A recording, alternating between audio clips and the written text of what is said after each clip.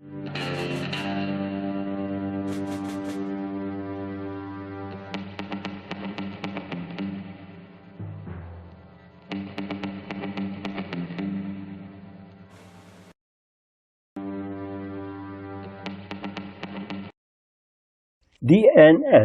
or Domain Name System. It translates domain names into IP addresses, enabling user-friendly navigation of the Internet. The Domain Name System, DNS, is like the phone book of the Internet.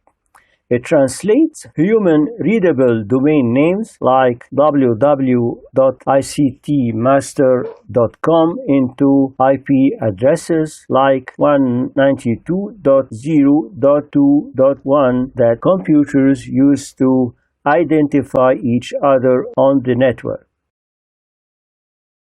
The domain name system, DNS, is structured hierarchically consisting of different levels.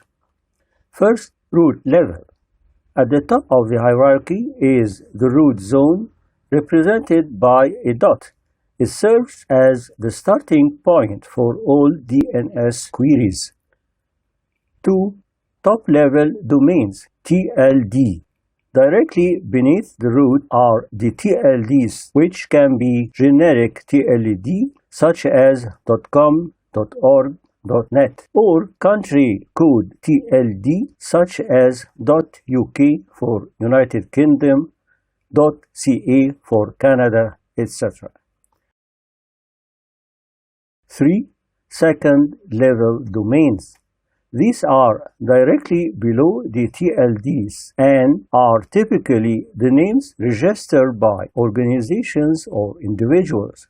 For example, in example.com, example is the second-level domain. 4. Subdomains. Subdomains are created under second-level domains for organizational purposes.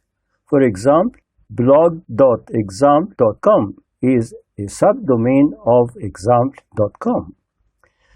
The DNS hierarchy enables efficient management of domain names and helps translate human-readable names into machine-readable IP addresses. Each level in the hierarchy serves a specific purpose, contributing to the overall functionality of the Internet.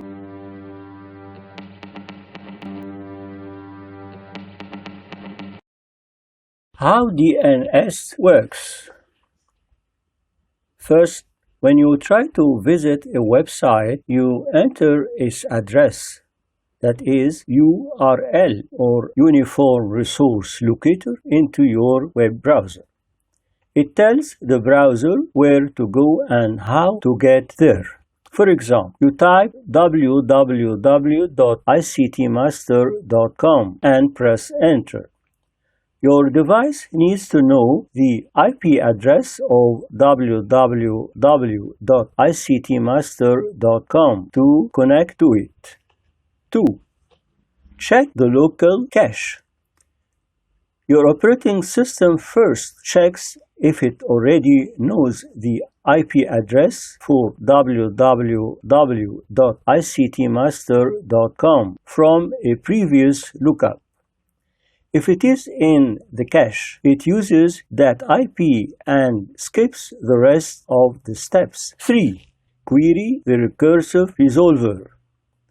If the address isn't cached locally, the request goes to a DNS recursive resolver that is usually provided by your ISP, Internet Service Provider, or a public service like Google DNS 8.8.8.8.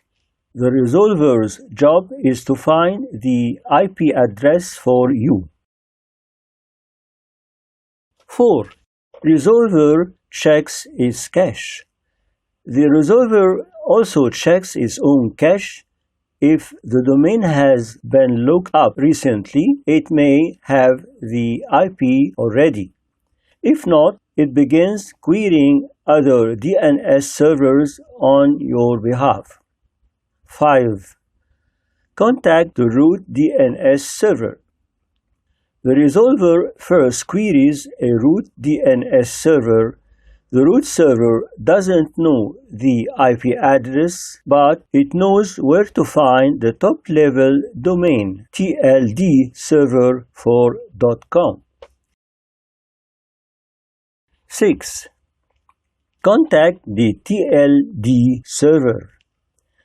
The resolver then asks the TLD DNS server for ICT-MASTER.com.